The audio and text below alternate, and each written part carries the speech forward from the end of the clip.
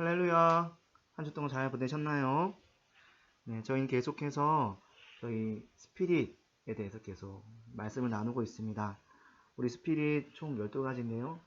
12가지 차례차례 하다가 이제 9번째 계속 진행하고 있습니다. 9번째가 좀 특히 좀 길어지는 것 같습니다. 진행하고 있는 스피릿에 대한 좀 부주제들을 좀 생각해 보면은 부제목들. 첫째로 교회의 주인은 말씀이신 주 예수 그리스도다. 또 둘째로 교회의 신자는 말씀으로 태어난 존재다. 셋째로 말씀으로 태어난 신자는 말씀을 통해 교회적 존재, 성경적 성도로 자란다 라고 이야기 나누었습니다. 넷째로 성교적 성도는 하나님 나라 공동체로서 말씀, 교제, 성례, 기도에 힘쓰는 그런 공동체다. 성경적 교회를 산다라고 이야기 드렸습니다. 그리고 이런 교회가 하나님의 교회고 또 성경적 성도, 성경적 교회로 자라가는 교회가 어떤 일을 감당해야 될까 했을 때에는 5제부터 9번째까지 해서 성경적 목회자와 교회를 돕는 사역을 한다. 이렇게 이야기 나누었죠. 또 성경적 교회는 교회 연합 사역을 한다. 제자 사역을 한다. 말씀 사역을 한다. 또 예배 사역을 한다. 그런 이야기 나누었습니다. 9번째로 해서 예배에 관련된 이야기를 나누고 있는데요. 이 예배 사역은 지난 5주간 살펴보고 있는 가운데 있습니다. 하나님은 우리를 거룩한 예배자, 한세 사람 교회로 부르셨어요. 예배자 교회에게는 3가지 사명이 있죠. 예배 사명, 양육 사명, 선교 사명입니다. 이거를 교회의 사명이라고도 보통 말하죠. 하나님의 이런 3대 사명을 잘 감당하는 예배자, 교회가 하나님의 뜻을 잘 성취한다라고 볼 수 있습니다. 하나님은 그러한 예배자를 하나님의 보물로 여기십니다. 우리는 3가지 사명 가운데 예배 사명에 관련해서는 4주간 살펴보고 있습니다. 일상 예배에 관련돼서 그런 이야기 나누었죠. 몸으로 삶의 예배를 드리는 예배 사명에는 첫째, 일상 예배가 있다. 일상의 예배, 몸으로서 잘 드려야 된다. 또 2번째로 온 교회가 함께 드리는 공예배가 있다고 했습니다. 이런 공예배와 일상 예배를 통해서 우리는 온전히 하나님을 예배드리면서 영원토록 나아가는 것이죠.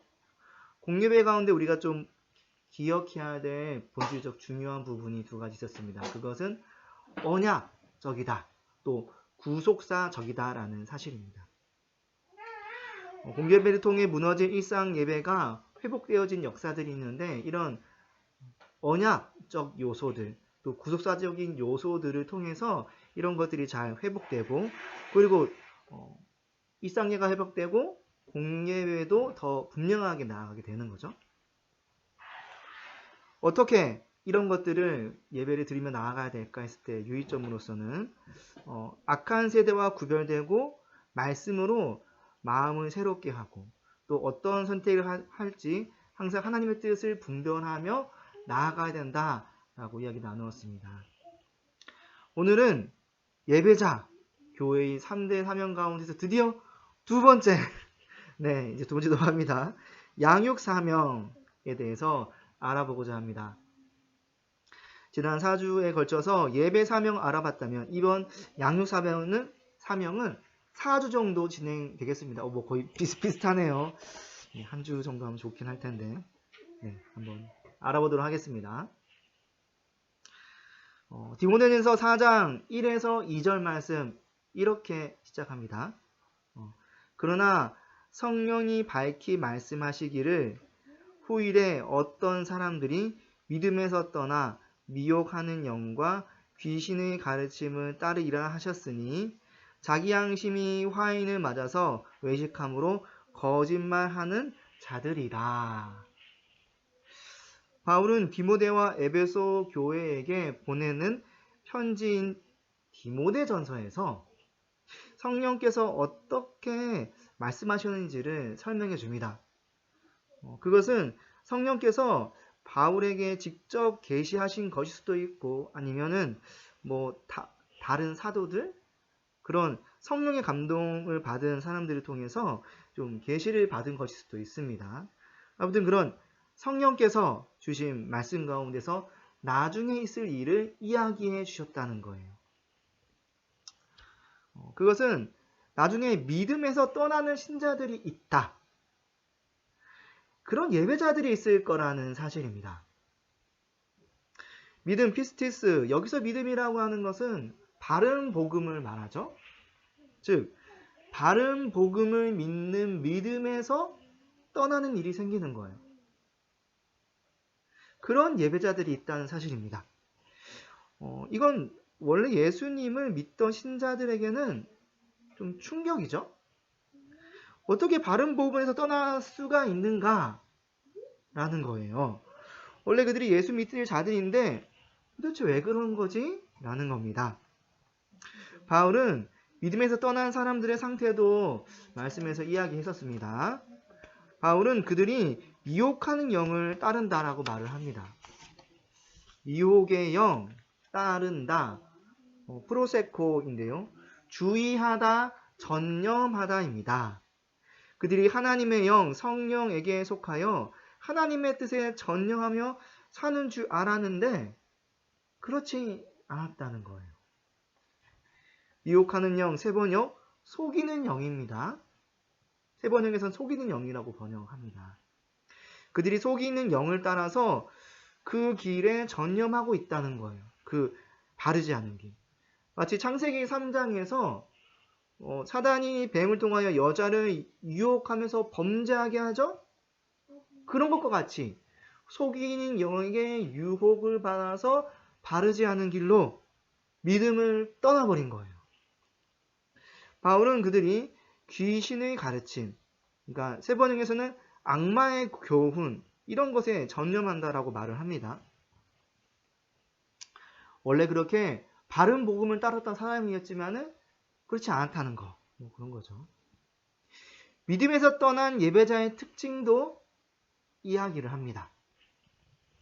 양심에 화인 맞았다라는 부분인데요. 잘못된 행동을 했는데 부끄러워할 줄 안다 모른다? 모른다는 거예요. 양심은 잘못된 행동을 스스로 깨달아가지고 잘못된 행동인 것을 아는 거예요. 그런데 믿음에서 떠난 예배자는 그 양심이 고장나서 죄를 못 깨달아요. 외식함으로 거짓말을 한답니다. 외식으로 그 겉이 바깥하고 다르다는 거예요. 겉과 속이 다른 것이 외식이죠. 즉 믿음에서 떠난 예배자는 속으로 거짓말인 것을 알면서도 겉으로는 눈 하나 깜짝하지 않고 웃으면서 진실이 척 하면서 말을 한다는 거예요. 바울은 성령께서 예전에 믿음에서 떠난 이런 예배자들이 있을 것을 미리 알려주셨다라고 말합니다. 그러니까 그렇게 되지 말라고 알려주셨다는 거예요. 그런데 이게 아주 미래의 일일까? 아니라는 사실. 사실 바울이 지금 디모데에게 이런 이야기를 하고 있는 것은 당시 디모데가 사역하고 있는 에베소 교회에 이런 일이 일어나고 있기 때문입니다. 정말? 네. 진짜입니다. 디모데전서 1장 3절에 보면은 이렇게 말하고 있습니다. 내가 마게도냐로 갈 때 너를 권하여 에베소에 머물라 한 것은 어떤 사람들을 명하여 다른 교훈을 가르치지 말며. 그렇죠? 바울이 디모데를 에베소 교회에 남겨둔 것. 그 에베소라는 것은 곧 에베소 교회를 말합니다. 그 교회에 남겨둔 것은 바로 그런 이유가 있었던 거예요. 어떤 사람들이 다른 교훈을 가르치니까 그거 좀 나가라. 정말 성령님의 말씀처럼 그런 거짓 교사들이 생겨난 것이고 교회는 다른 교훈의 가르침을 받은 이런 웃지 못할 상황이 생긴 겁니다. 다른 교훈, 원어로는 헤테로디다스 칼레오입니다. 다른 교리를 가르치다. 다른 가르침. 교회가 가르친 교리 체계가 아닌 거예요. 전혀 다른 교리 체계입니다. 어느 정도 달랐을까요? 헤테로라고 하는 단어는 전혀 다른 것을 말해요. 그냥 약간 뭐 한두 가지가 아니고 전혀 다른 거예요. 세번역이 그렇게 번역을 하고 있습니다. 세번역에 다른 교리라고 말하죠. 교회가 믿는 교리로 봤을 때 전혀 다른 교리. 그거를 어떤 사람이 가르치고 있다. 그럼 이 문제가 에베소 교회에게 작은 문제였을까요? 아닙니다. 바울은 디모데전서 1장에서도 이야기를 했는데요. 와, 마지막까지 했다는 사실 아십니까? 네. 디모데전서 6장 20절 21절 말씀에 이렇게 이야기합니다. 디모데야, 망령되고 헛된 말과 거짓된 지식의 반론을 피함으로 내게 부탁한 것을 지키라. 이것을 따르는 사람이 있어 믿음에서 벗어나느니라.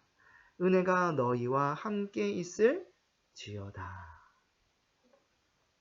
한 이야기를 마지막에도 한다는 것은 약간 잔소리처럼 들려질 수도 있습니다.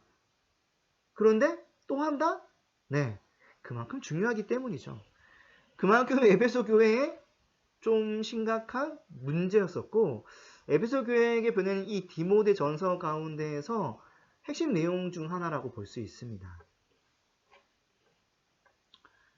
그러므로 교회는 예배하는 자들도, 하나님을 예배하는 자들도 믿음에서 떠나 거짓 교사가 될 수 있었음을 경계해야 합니다. 구약에 보면 시내산에서 하나님을 예배하던 이스라엘 백성들, 그 황금 금송아지 사건 아시죠? 그들은 하나님을 예배하기 위해서 종으로 살던 애굽 땅에서 나왔습니다. 힘들었어요. 죽을 고비를 건너게 돼요. 어쩔 때는 애굽 병사들이 막 쫓아와가지고 니 죽네 나 죽네 하다가 하나님 도움으로 이제 살긴 하죠. 또 광야를 막 걸어가다가 물이 없어가지고 타 죽을 뻔합니다. 먹을 거 없어가지고 굶어 죽을 뻔합니다. 하지만 이제 하나님 은혜로 이렇게 탁탁탁탁 넘어왔어요. 왜? 하나님을 예배하기 위해서예요. 그래서 우리 예배가 그렇게 귀한 겁니다. 자, 그러면 그들이 우여곡절 끝에 잘 넘어왔으면 예배 잘 드리면 되죠. 그런데 문제가 생겼습니다. 시내산에 올라갔던 모세가, 그들이 시내산에 모였어요. 이제 하나님께 말씀도 받고 예배도 드리기 위해서. 근데 모세가 안 내려오네?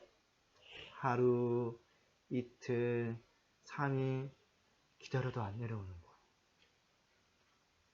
아빠 엄마가 아무리 기다려도 안 오는 거예요. 별말 없이. 큰일 났죠. 맞아요. 우리 찬영이는 잘할 거예요. 자꾸 그렇게 늦어지니까 바른 믿음에서 떠납니다.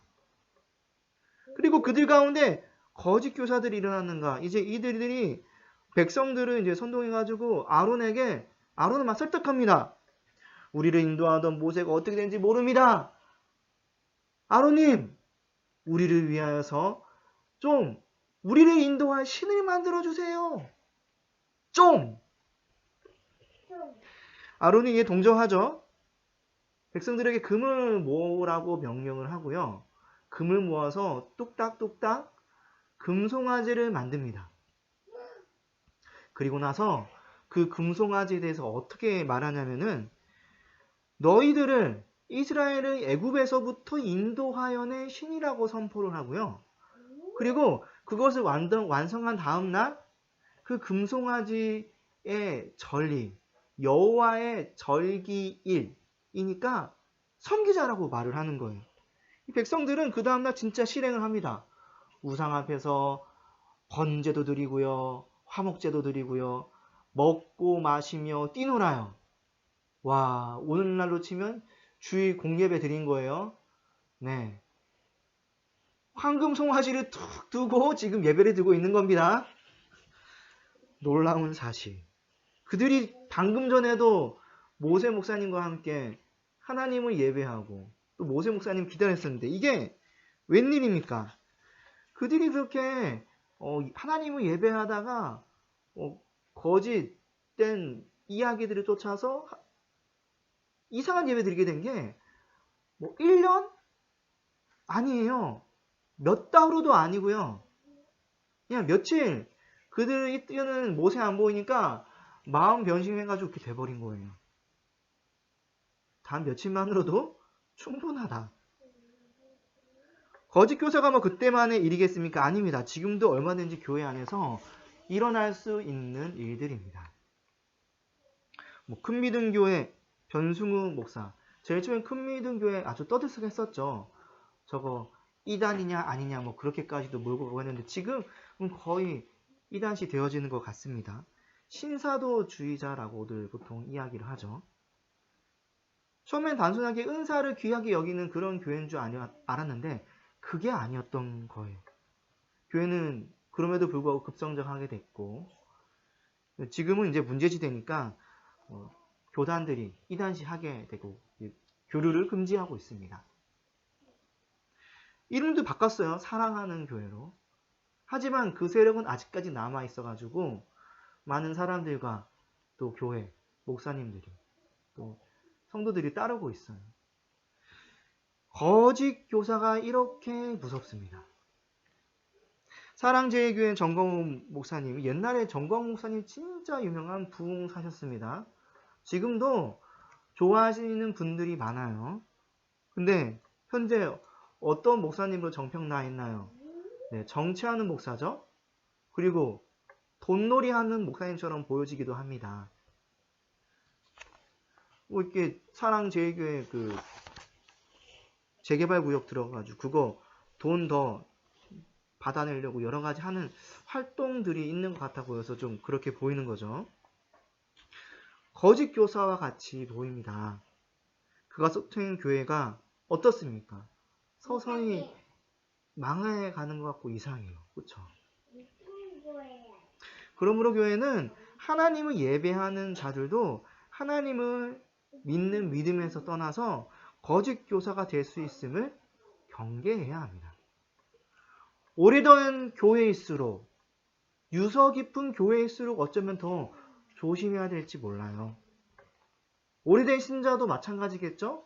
새로 믿음의 고백을 했던 분들이라면 더더욱더 조심해야 됩니다. 왜냐하면 이것이 맞는지 저것이 맞는지 아직 잘 분별이 안 서기 때문에 그렇습니다. 조금 안다고 이것저것 배워서 나 괜찮다고요? 아니에요.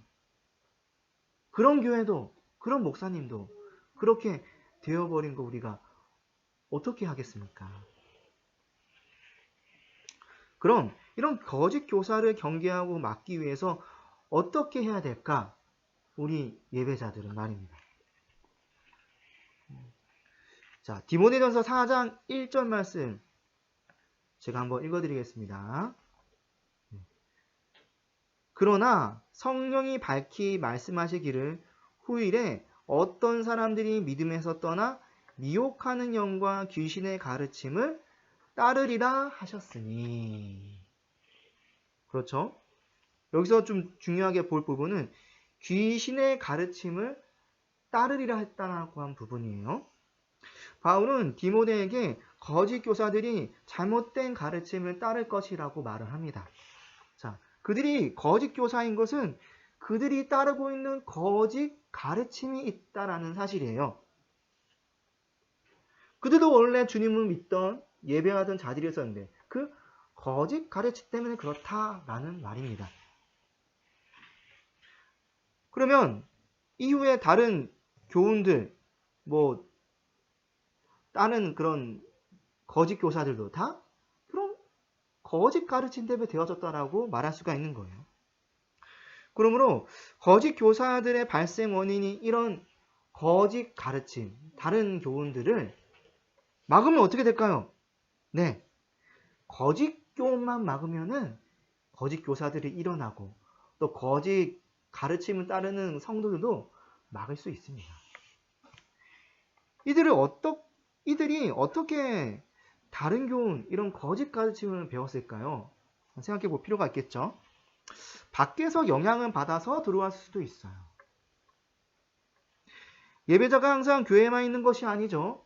교회 사람들과만 교류하는 것도 아닙니다. 세상에 많은 사람들과 만나 여러 가지의 교류를 합니다. 자, 그러다 보면은 다양한 생각들과 다양한 가치관, 또 세계관들을 배우게 됩니다. 여러 가지 지식들이 쌓이게 돼요. 그러면서 다른 교훈들을 만들어낼 수 있는 거예요.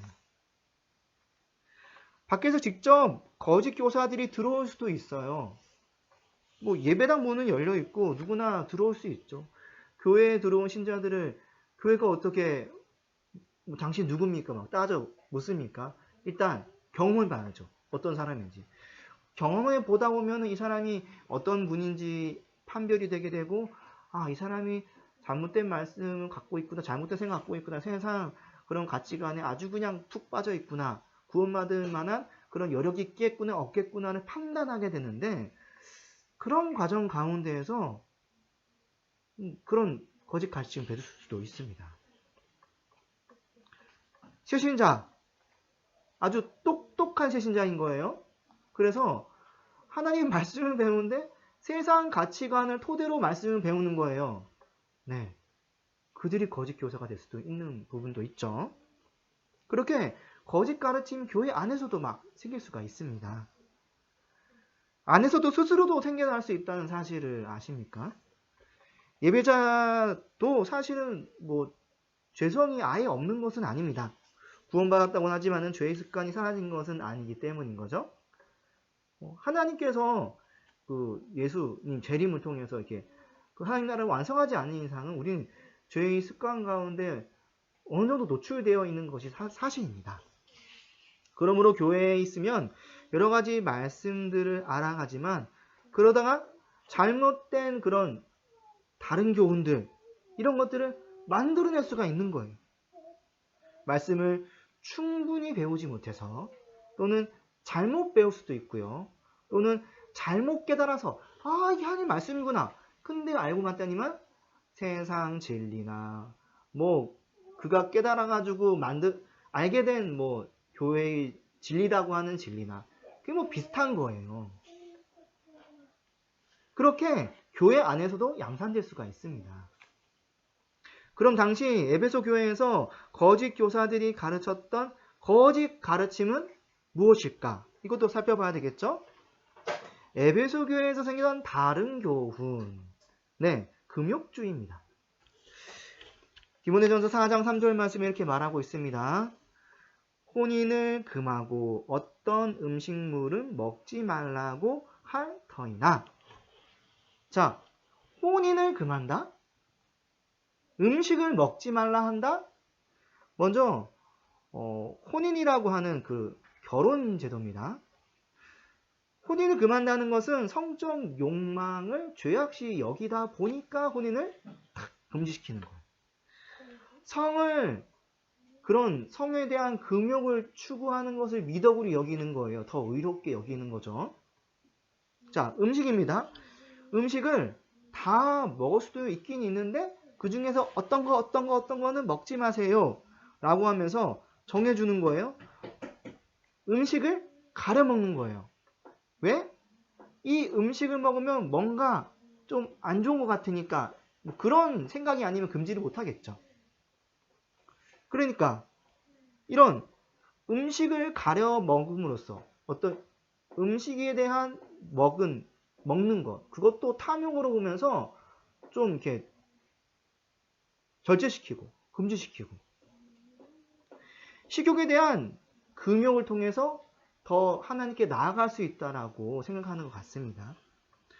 결국 둘 다 금욕주의인 거예요. 금욕주의. 디모데전서 4장 3절에서 5절 말씀 이렇게 이야기합니다. 혼인을 금하고 어떤 음식은 먹지 말라 할 터이나 음식물은 하나님이 지으신 바니 믿는 자들과 그 진리를 아는 자들이 감사함으로 받을 것이니라. 하나님께서 지으신 모든 것이 선함에 감사함으로 받으면 버릴 것이 없나니 하나님의 말씀과 기도로 거룩하여짐이라. 어떻습니까? 자, 음식이라고 하는 것을 어떻게 해야 되나요? 금욕주의로 막아야 되나요? 아닌 거예요. 음식은 하나님께서 원래부터 만든 것이기 때문에 선하고 좋은 것이다. 왜 그 음식을 금하냐? 다 먹어도 괜찮다. 다 먹어도 괜찮다. 금식을 말한 건 아닙니다. 어떤 음식을 먹으면 좀 더 좋아진다라고 말하는 거예요. 그런 음식에 대한 금욕주의, 그건 아닌 거고요. 성경의 바른 가르침은 모든 것을 먹어도 괜찮다라는 겁니다. 결혼제도, 이거 하나님께서 만든 제도예요. 하나님께서 창세기 2장 말씀에서 아담이 독점함으로 그가 좀 부족한 것으로 여기시고, 하나님께서 아담의 갈비뼈를 빼내서 여자를 만들어 주셨어요. 여자와 남자가 부모를 떠나 하나가 됨으로 이제 그들이 살아가게 되는 거죠. 하나님은 그것을 선하게 보신 겁니다. 하나님께서 만든 제도입니다. 더 온전하게 하기 위해서. 아니 그런데 결혼을 금지하다니요. 이거 말이 안 됩니다. 그렇습니다. 그래서 성은 뭐 그런 게 아닙니다. 하나님께서 주신 거기도 하고요. 이런 금욕주의가 어디서 들어왔을까? 그때 당시 헬라 사상 가운데에서는 그런 사상들이 있었습니다. 쾌락을 추구하는 에피쿠로스 학파, 또 쾌락을 금지하는 스토아 학파. 금욕주의는 이런 두 사상 중에서 아마 그 스토아 학파, 쾌락을 금지하는 그런 철학과 좀 비슷한 경향성이 있는 것 같습니다. 아마 그 에베소 교회가 위치한 곳이 워낙 큰 대도시기도 했었고, 이런 철학적 사상을 가지고 있는 사람들이 많이 있었을 거예요. 그러다 보니까 뭐 교회가 그런 것들이 영향을 받게 되고, 교회 안에도 그런 금욕주의 사상이 받아들여져가지고 금욕주의를 추구하게 됐던 것입니다. 이게 뭐 제가 만들어낸 그런 이야기가 절대 아니고요. 성경에는 실제로 바울의 전도 여행 가운데 이런 에피쿠로스 학파와 스토아 학파, 그런 두 부류의 사람들과 사도 바울이 그런 예수님의 부활에 대한 것으로 이야기 나눈 그런 말씀이 있습니다.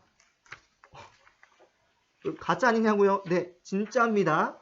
사도행전 17장 18절 말씀에 어떤 에피쿠로스와 스토아 철학자들도 바울과 쟁론할세 어떤 사람들은 이르되 이 말쟁이가 무슨 말을 하고자 하느냐 하고, 어떤 사람은 이르되 이방신을 전하는 사람인가 보다 하니 이는 바울이 예수와 부활을 전하기 때문이더라. 어떻습니까?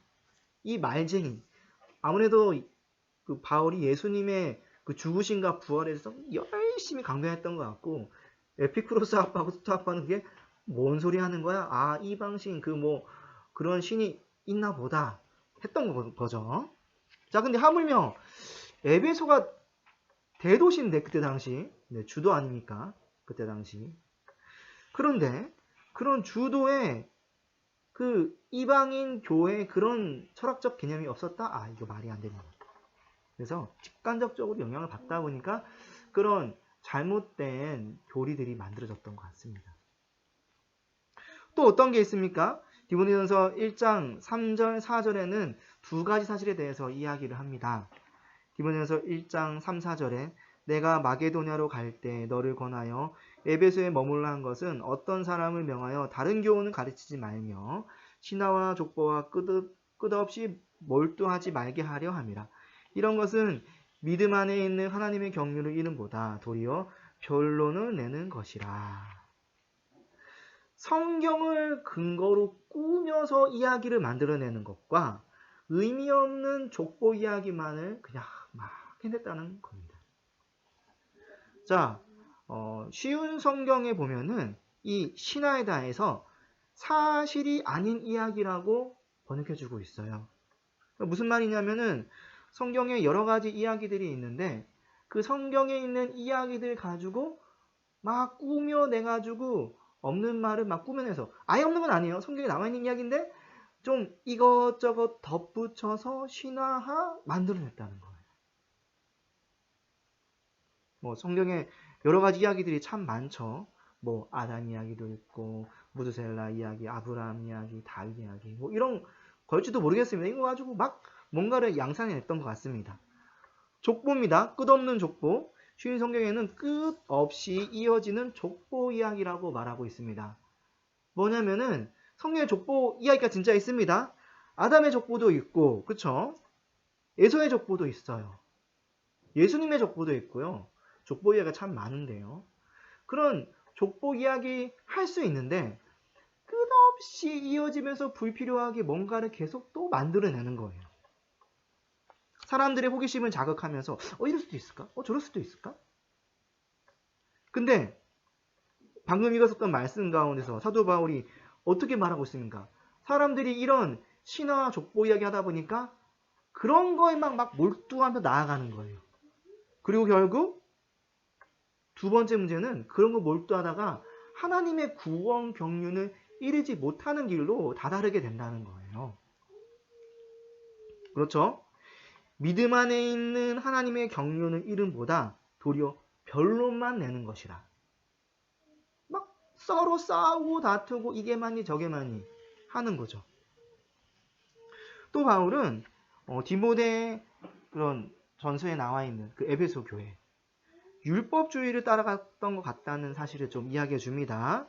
디모데전서 1장 6에서 7절 말씀해 보면은 사람들이 이에서 벗어나 헛된 말에 빠져 율법의 선생이 되려 하나 자기가 말하는 것이나 자기가 확증하는 것도 깨닫지 못하는도다. 자, 막 꾸며서 이야기도 하고 족보 이야기도 하는데 이런 것들을 통해서 성경의 율법 이야기를 하면서 내가 마치 성경을 잘 아는 그런 율법을 제대로 하는 사람인 것처럼 말했던 거예요. 그런 율법의 선생, 율법주의자들. 자기가 하는 말도 그냥 모르는 상태까지 돼버리니까 이건 완전 거짓 교사인 거죠. 그러므로 교회 안팎에 생겨나는 다른 교훈들과 이런 그 결과인 거짓 교사들 앞에 교회는 어떻게 해야 될까요? 이런 문제들. 네, 교회는 예배자들 가운데 거짓 교사들이 일어나지 못하도록 않도록 다른 교훈을 막아야 합니다. 거짓 교사만 경계하는 게 아니고 다른 교훈, 그런 거짓 교훈을 막아야 한다. 그러니까 무슨 말이냐면은 뭐 거짓 교사 막는다 하더라도 그게 막는 게 효과가 있을 겁니다. 하지만은 제3, 제4의 그 어떤 거짓 교사들이 다른 교훈을 막지 않으면 나타날 수 있다는 거예요. 뭐 이를테면 변수구 목사님, 뭐 그런 정광 목사님, 뭐 나쁜 사람이에요. 비판하고 이제 어느 정도 그게 좀 잦아들어지고 이제 희석이 됐어요.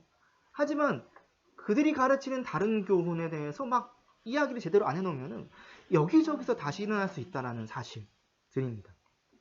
금욕주의, 성경에서 꾸며낸 지어낸 이야기들, 족보 이야기들, 율법주의들, 그 과거 이야기지만은 그런 거 안 막으면 그런 거를 추종하는 사람들과 결국 거짓 교사들이 나타날 수 있는 거예요.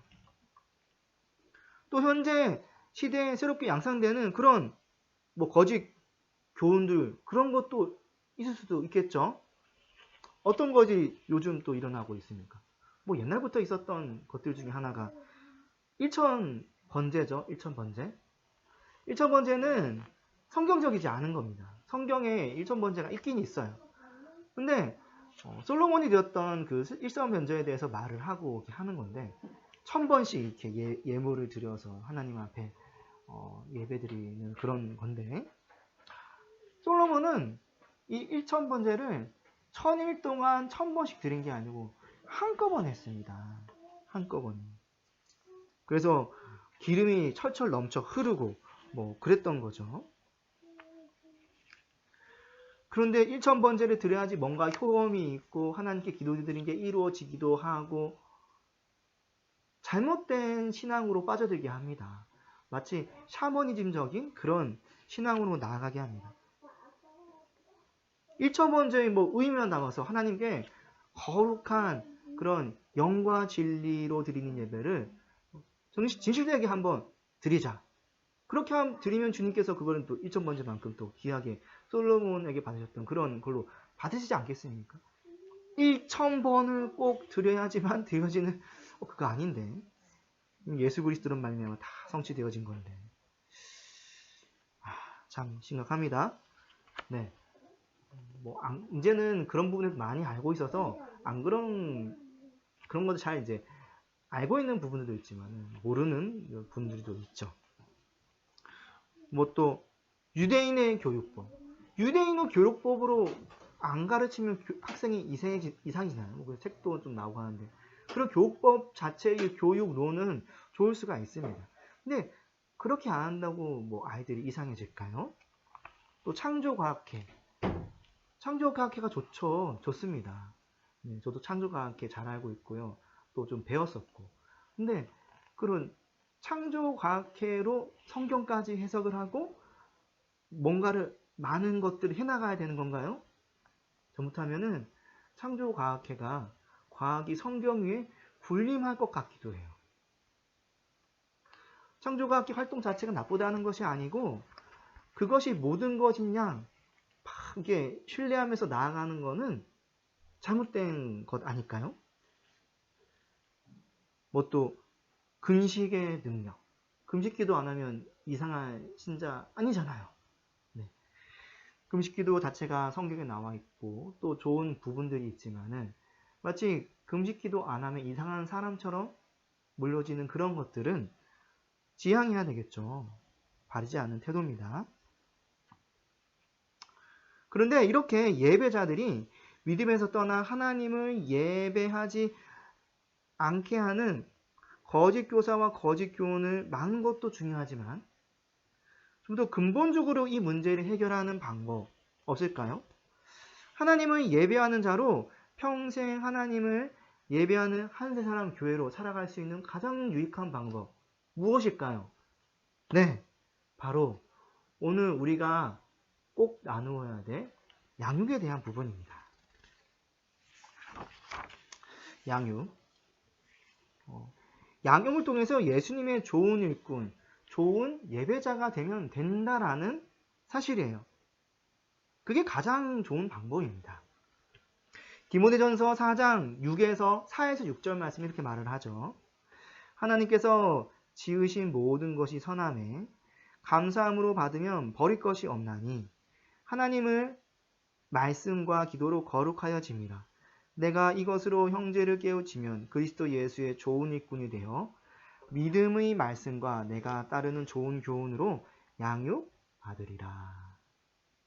세 번역은 디모데전서 4장 6절 말씀을 이렇게도 번역을 합니다.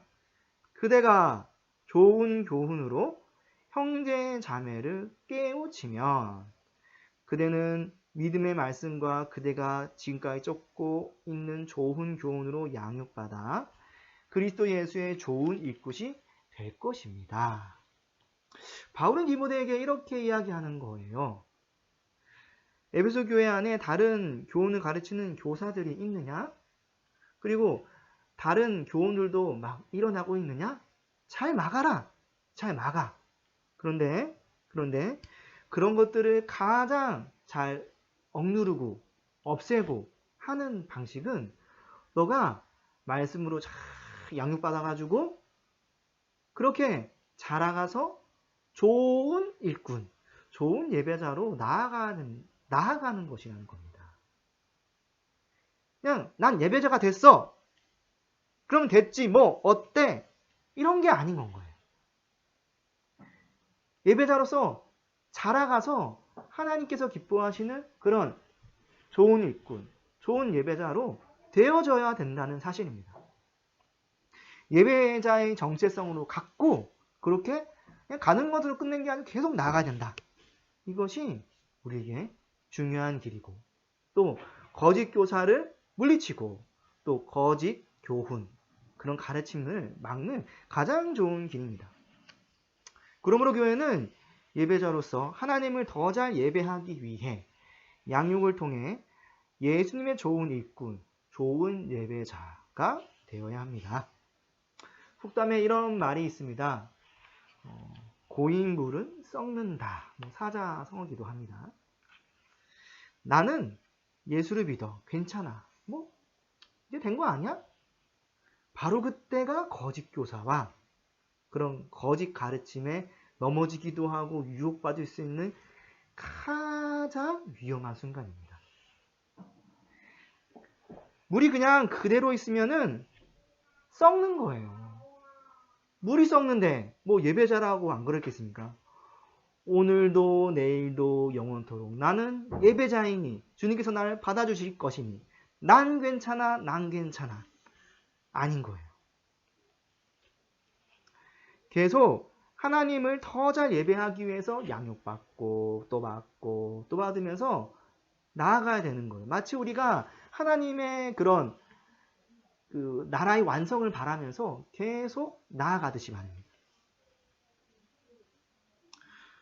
공격이 가장 좋은 수비라는 그런 말도 있습니다. 뭐 축구에서 그렇게 이야기 많이 하죠. 공격하라고, 공격. 마찬가지로 아무리 거짓 교사라든가 그런 거짓 가르침을 막으려고 한다 하더라도 말씀, 이런 말씀으로 공격을 하면은 와장창 깨지고 뭐 거짓 교사들, 그런 거짓 가르침들이 교회 안에서 얼씬도 못하는 거예요. 생각조차 나지 않게 되는 거예요. 양육을 통해서 누가 거짓 교사고 어떤 거짓 가르침인지 잘 알게 되니까 잘 분별하고 나 스스로도 그런 거짓 가르침을 잘 양산해내지 않는 거예요. 누구는 이렇게 말할지도 모릅니다. 그래도 구원받으면 끝난 거 아닌가요? 우리의 일 끝. 하나님께서 거짓 교사와 거짓 가르침으로부터 구원받도록 보호해 주시지 않을까요? 하나님께서 예배자를 보호해 주시고 구원으로 인도하시는 거, 뭐 그건 당연한 겁니다. 그러나 성경은 하나님의 은혜가 우리를 그렇게 구원으로만 끝 이렇게 하지 않고 계속 양육으로 인도한다는 걸 말해주고 있습니다. 자, 디도서 2장 11절 12절 말씀입니다. 모든 사람에게 구원을 주시는 하나님의 은혜가 나타나 우리를 양육하시되 경건하지 않은 것과 이 세상 정욕을 다 버리고 신중함과 의로움과 경건함으로 이 세상에 살고. 어떻습니까? 성경은 하나님의 구원을 마치 시작인 것처럼 이야기를 합니다. 자, 구원받았으니까 이제 끝났습니다. 자, 우리 이제 마음대로 살아가면 됩니다. 이게 아닌 거예요. 성경은 구원 주시는 하나님의 은혜가 우리를 양육으로 친히 인도한다고 말을 합니다. 그래서 어떻게 해요? 경건하지 않는 것과 세상 정욕을 물리치게 한다는 것. 신중함과 의로움과 경건으로 인도한다는 것.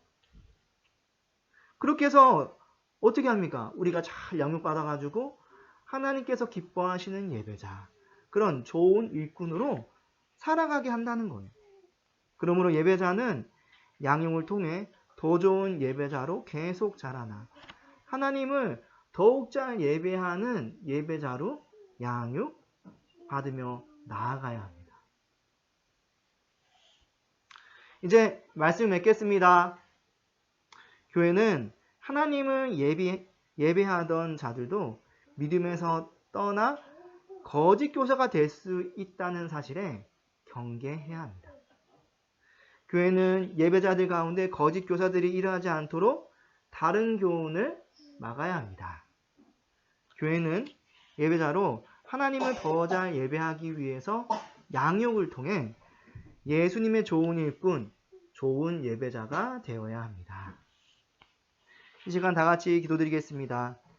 기도할 때 하나님, 우리 말씀으로 교회가 하나님 앞에서 정말 말씀으로 잘 양육받아서 그런 거짓 교사, 다른 교훈들 잘 분별해내고 하나님을 온전히 예배드리는, 하나님 기뻐하시는 영과 진리의 예배 드릴 수 있도록 주님 인도하여 주시옵소서. 우리에게 힘과 능력을 더해 주시옵소서.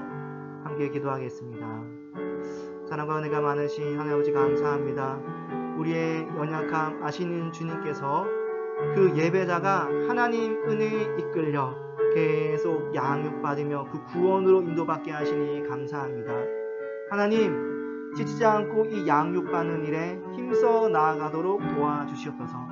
세상 악한 진리와 거짓 교사들 가운데서 우리를 구별하여서 하나님의 거룩한 예배자, 또 하나님께서 기뻐하시는 예배드리는 자들 될 수 있도록 도와주시옵소서. 거짓 교사들이 우리를 공격해 오고 성경 안에 있는 많은 그런 거짓 교훈들 지금도 양산해내고 있을지 모릅니다. 그 가운데에서 우리는 하나님의 말씀으로 잘 양육받아서 이것을 잘 분별하고 다른 교훈을 멀리하고 물쳐내는 우리 말씀으로 교회 성도들 모두 될 수 있도록 도와주시옵소서. 말씀으로 든든히 서게 하여 주시옵소서. 말씀으로 양육하여 주시옵소서. 하나님의 은혜가 우리를 인도한다고 하시니 아버지 감사합니다. 그 은혜에 끌려서 이 양육의 일 잘 감당할 수 있도록 도와주시옵소서. 또 해야 된다라고 라는 그런 질문하는 것이 아니라 하나님의 은혜가 이끄는 그 길로 양육을 받아 나아갈 수 있도록 우리의 마음을 주장하여 주시옵소서. 예수님 이름으로 기도합니다. 아멘.